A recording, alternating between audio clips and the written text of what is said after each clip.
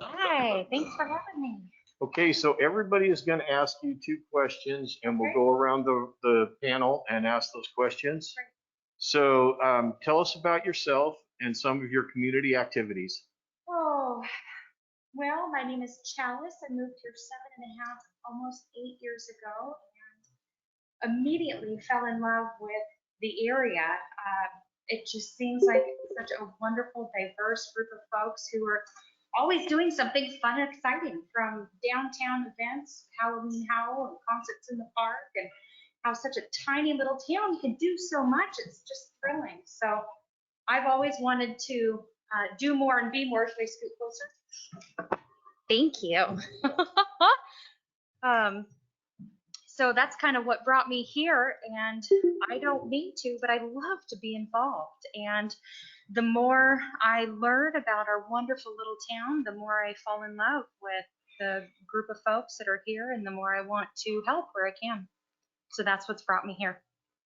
Okay, so if you had to choose between closing the library or laying off 2 police officers, what would you do?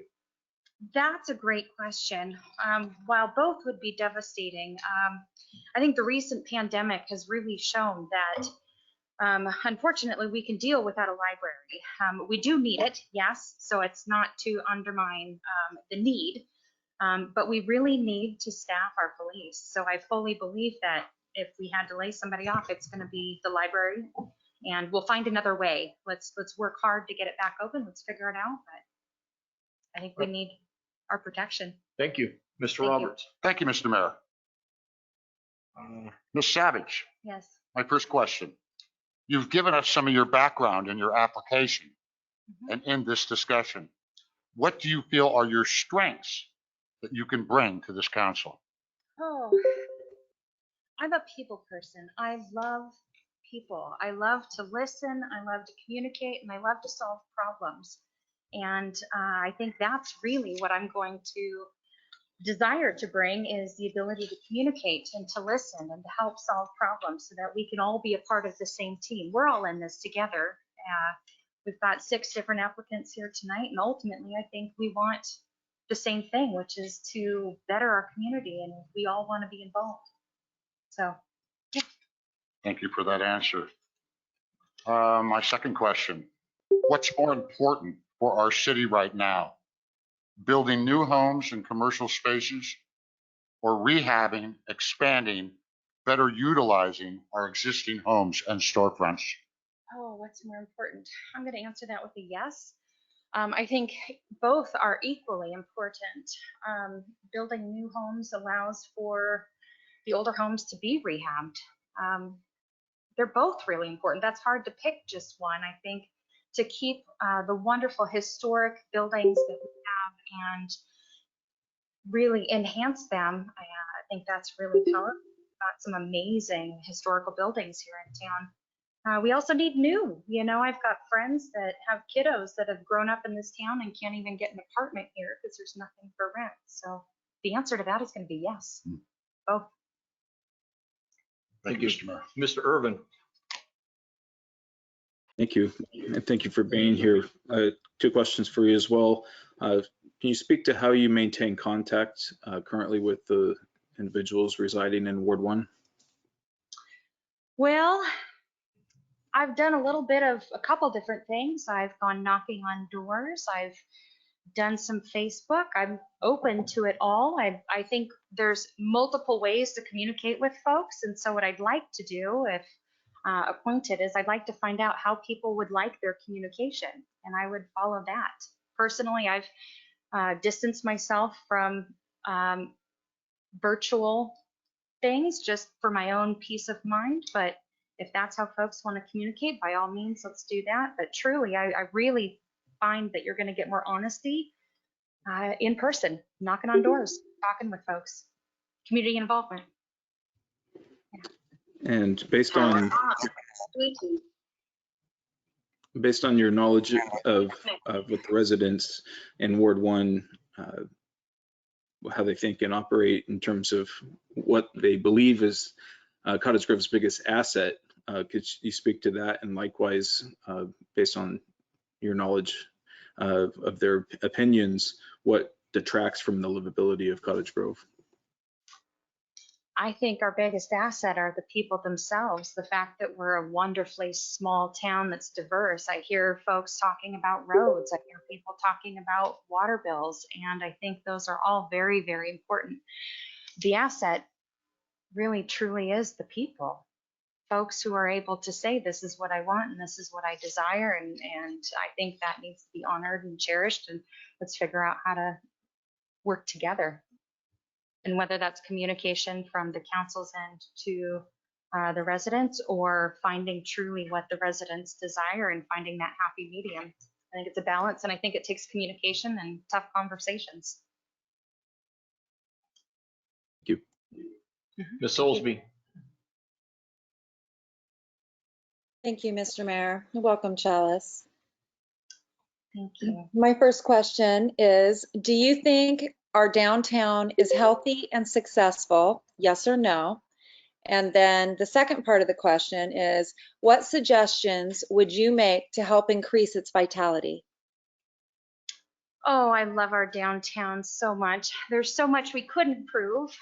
So it's really hard to say that it's healthy, but I think that we have amazing potential. We've got wonderful shops, incredible places to eat. I would love to see the art walks come back. Gosh, those once a month art walks in the summertime. And I've even heard folks talking about maybe shutting down the street like we do for Halloween once a month on a Thursday, and having folks eat dinners in the streets and businesses come out and have sidewalk sales. So I think that there's always room to grow.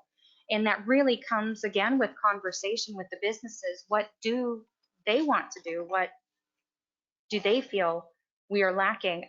But truly, I see so much potential. There's always room to grow, though. All right. My second question is, have you ran for a city council position for any city in the past? If yes, where and what drives you to apply again? If no, why not? And why are you applying now?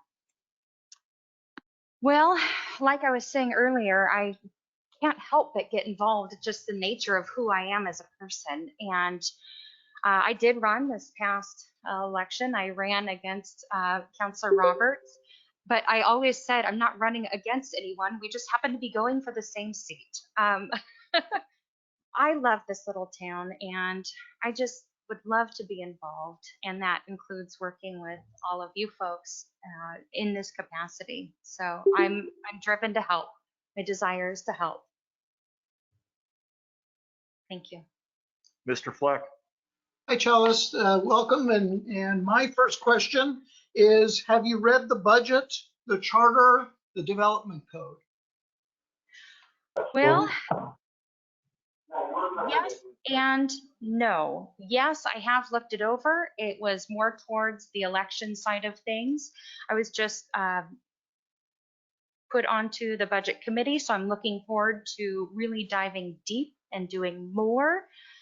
I say no because I haven't gone in for a refresher, and I'm honest about that.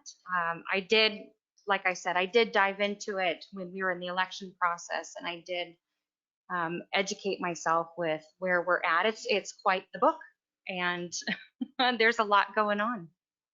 So, yeah. Thank you. So my next question, what would you consider the most important issues that pose a challenge to the city currently and over the next 10 years? And then as a follow-up, what suggestions would you have to meet and overcome these challenges? There's two that come to mind in answering that question, and that is the roads. Our roads are tough, and I know that we work on a budget, but how do we get them fixed? That is what I hear folks complain about a lot. The other component is our water bill, and I absolutely have really appreciated the breakdowns that were given in the last couple of council meetings.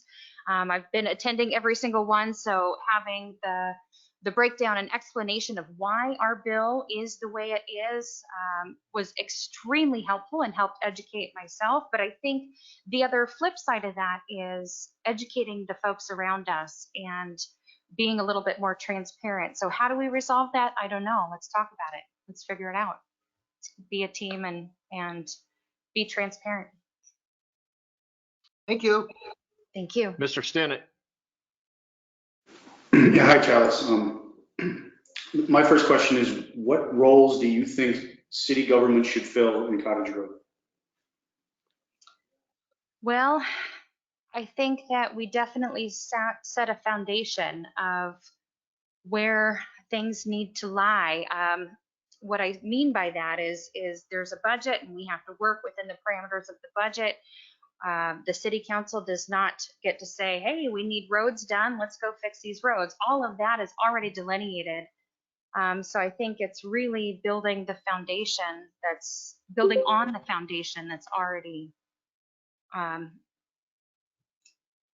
it's already worked together. You're working with other departments. I hope that answers your question. Thank you. Second question, Mhm. how do we get more citizens of Cottage Grove involved in their government to ensure it meets their needs and expectations? Talk to the folks, talk to the individual constituents. Let's talk to people and find out how they want to receive their information. Not everybody's on Facebook. A lot of people are, but not everybody is. So is that going to be through the radio? Is that going to be through social media? Is that going to be through flyers? Is that going to be through communication? Is that going to be through publicizing the minutes outside of the web? I don't know. But my first desire would be to talk to the folks. How do you receive information? How do you want to receive information? Let them tell us. Thank you. Thank you. Do you have any questions for us? No, I don't, but I want to say thank you. I really appreciated going to all of the city council meetings over the last few months. I've attended every single one since I announced I was running back in July. And I just really appreciate all of the hard work that you guys do. I think there's a lot that goes unsaid, and I appreciate that. So thank you. Thank you for And thank you applying. for this opportunity. Thank you. Yeah. Yep. All right. Be recorded.